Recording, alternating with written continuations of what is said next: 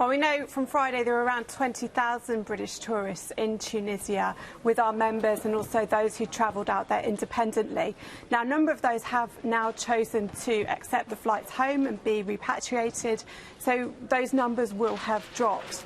The options for people out there, if they travelled with a tour operator, most tour operators are giving people the option to return home if they wish to. What we're seeing is a mixture of people who want to return home and those who want to continue their holidays. Yeah. What's the situation for people who may have holidays planned in Tunisia, who are now very worried about the situation there and are reluctant to go? Can they cancel and get a refund, or what's the score? Well, I mean, understandably, people who have got holidays booked may be worried about going out there.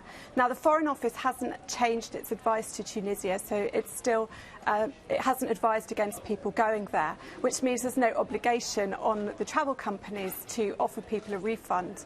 However, many tour operators have actually said that they will refund or amend people's bookings a lot of them up to the end of July.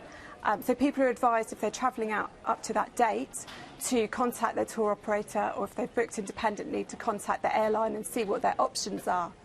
Now, there may be people who've booked to travel after that date and wondering what their options are.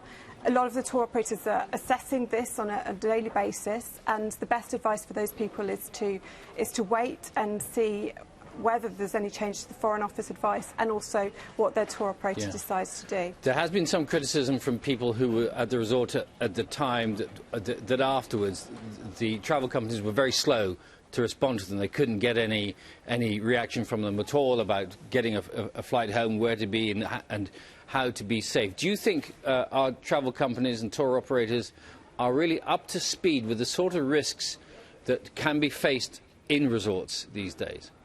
Well, I think this is a highly unusual situation, but there's actually the tour operators have been fairly swift to respond. Obviously, it takes time for information to filter through.